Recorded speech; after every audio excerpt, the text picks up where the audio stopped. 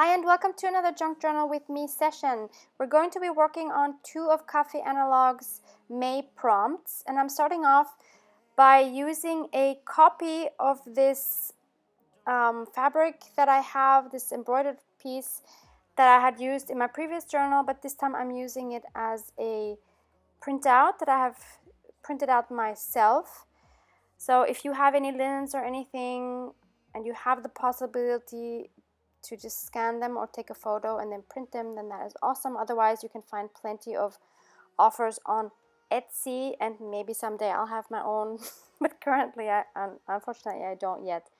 So I'm again making a pocket, and I wanted to just put in a white background so that you wouldn't see this map through. So you'll see what I mean in a moment. I'm just cutting that down to fit the length of the page. So I'm just going to glue that down on that one wider page, and I'm gluing things together as much as I can now to try to consolidate this rest of the book as much as possible so it doesn't get more wide than it already is.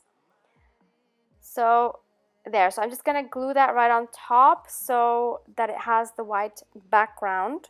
So that's going to be one side of the pocket. And then I'm just going to glue that other page right on top of that on the 2 sides so that will form a pocket. And I'm just using my white glue, Elmer's glue in this case. I use whatever I find, whatever I have. And to put in it, I'm going to use this piece of, I guess it's advertisement for a magazine that was in Marcy's Happy Mail. And I'm just going to trim that down a little bit so it will fit into the pocket. And I really like this bird image, and I wanted to cover the back side with some coffee stained paper so that I can journal on that. So I'm just measuring where I need to cut that down.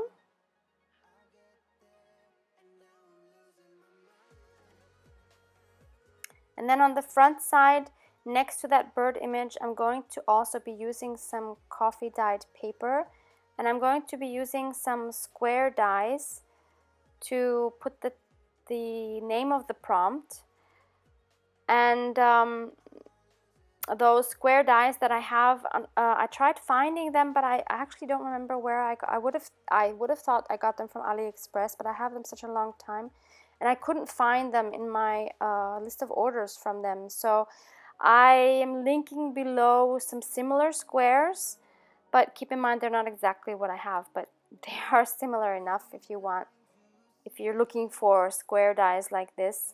But of course, you absolutely don't need to get any square dies. You can just cut a square or any shape on your own just with scissors. You'll see what I mean. It's very simple. I don't even know why I used a die cut for that. So there you see those square die cuts. So each of those frames has a little bit of a different border, and as I said, unfortunately I couldn't find those anymore, but there are plenty of others. And in case you are interested in these magnetic sheets that I have for storing my dies, I'm linking those down as well, but from Amazon. Okay, so now I'm trying to figure out what size I want, and I didn't completely want to cover that whole right side because I kind of wanted to keep the feeling of that card.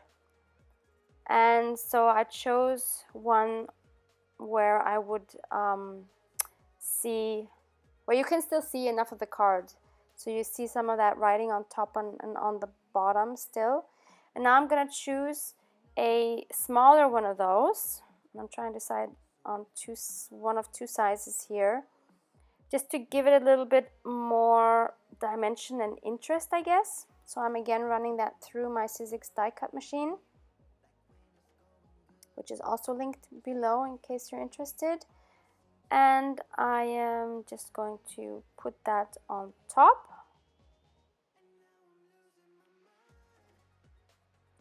And of course, before I glue them down, I'm inking those up.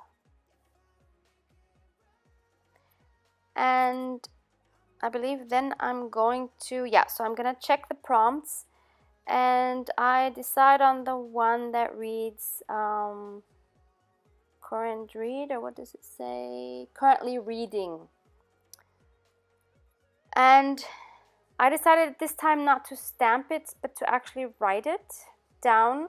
So to help guide that a little bit, I'm just gonna make 2 lines with the ruler and my pencil, and then space the lettering out first with a pencil to make sure that it's sort of centered.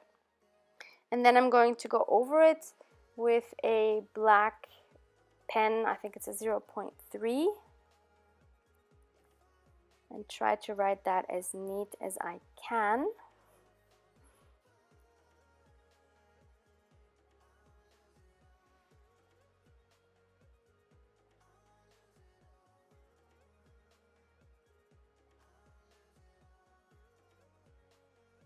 Okay, so now I'm just gonna erase those pencil lines.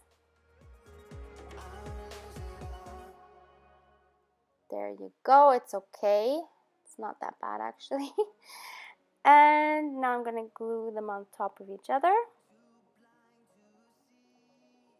And I just want to say thank you so much for all those amazingly wonderful comments that so many of you left for my last 2 videos on my Get to Know Me videos. You guys are, I don't even know how to describe it. You guys are just totally amazing. And by the way, this stamp is from Cute Things from Japan. I will link that down as well. It's adorable. It's a little bird. I have 2 of those. I have this bird and I have a bird that's just sitting, and they're both adorable. So I will link this one down below as well. So my current read is this one. It's called A Fine Balance, and I'm showing you the back side, so in case you want to pause this and read what it's about, you can. And that's actually what I'm going to write on the back, what the story is about. So just so you know, in case you're interested, it's set in the mid-1970s in India, and it tells the story of 4 unlikely people whose lives come together during a time of political turmoil soon after the government declares a state of internal emergency. Through days of bleakness and hope, their circumstances and their fates become inextricably linked in ways no one could have foreseen. So it's really good. I'm in the middle of it and I'm loving it. I'm linking that below as well in case you wanna check it out. So then for the next page I wanted to add this very sweet children's book page that was again in Marcy's Happy Mail. And since I wanted to make some pages that are just a little bit more flat because of my gator mouth situation, I just wanted to glue that onto the page, but you see there's still a gap on the top. So I'm trying to find something that I could put on the top, and it needed to be something that doesn't have a lot of interest on it, because I wanted the interesting part of the page to be the book page. So I was trying to find little envelopes or pockets that don't have a lot on them, where I could slide something in easily. So one hot contender was this beautiful vintage piece from Bea's Happy Mail. I would just have to cut that down a little bit, and now I'm just trying to see some other envelopes. Most of these were too big. Some more envelopes. I love this one, but it just didn't really fit, I thought, with the page on the bottom. And the other hot contender is this little one. This one might be from Amy's Happy Mail, if I'm not mistaken. So I like that as well, and I like that the card, there was already a card inside and it had lines to write on. So trying to decide between both of these. They both would have been usable. So in the end, I chose that smaller one. So I'm just gluing this book page down. And I'm going to be adding that envelope on top. But first I wanted to stamp the prompt that I'm using next on it, which is your first job. So I'm going to be using my Recollections clickable alpha stamps that I got from Michaels, and I have linked the same ones from a different company down below in case you're interested in these. I love these. I use them all the time. And I'm just going to stamp now my first job, and I'm going to be journaling about that on the little card. If you've heard my Get to Know Me Part 1, you will have heard that my first job was at the American Embassy here in Vienna. And oh, and this stamp, by the way, is AliExpress. I'm linking that below as well. So yeah, so I was working 1.5 years in the economics section there, and it was a good first job, but it was obviously, since it was an embassy, extremely bureaucratic, and there were, as you can imagine, a lot of security measures in place. So I was at a constant risk of leaving some materials out that I shouldn't, and I actually did get caught once. And then you find this, when you come in the next morning, you find this pink slip on your desk saying that you've violated the security code, and then you have to have an interview with the security responsible person, and everything is very serious, obviously. So it's a warning, and I think once you get 3 warnings, I think you're out. So thankfully I only had 1 warning, and that was the lesson I needed, apparently. So now moving on to another page. So this is the front page of a pocket that I did, I think, in my last video. And I had this piece left over from a tag I had made on the, here you see it on the left side of the page. And this other top part that I had cut off is so nice as well, and there wasn't much I had to do to it. So I decided to just glue that right onto that pocket, because I was done journaling for that session. I think 2 was plenty.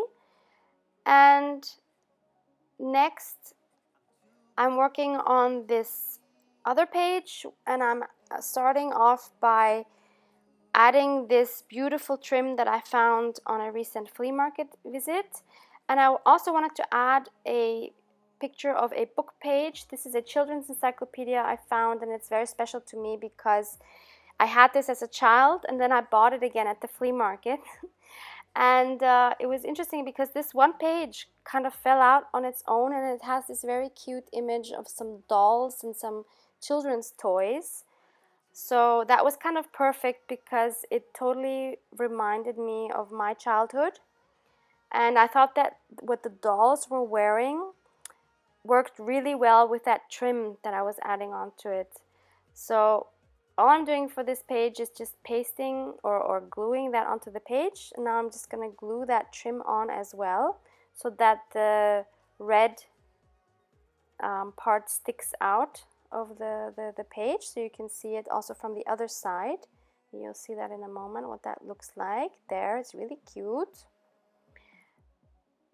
And then I remembered that in my little cigar box that you will see me take out in a moment, I have these words that are that I've printed from a Word document. I've just typed them and printed them on a Word document on coffee stained paper.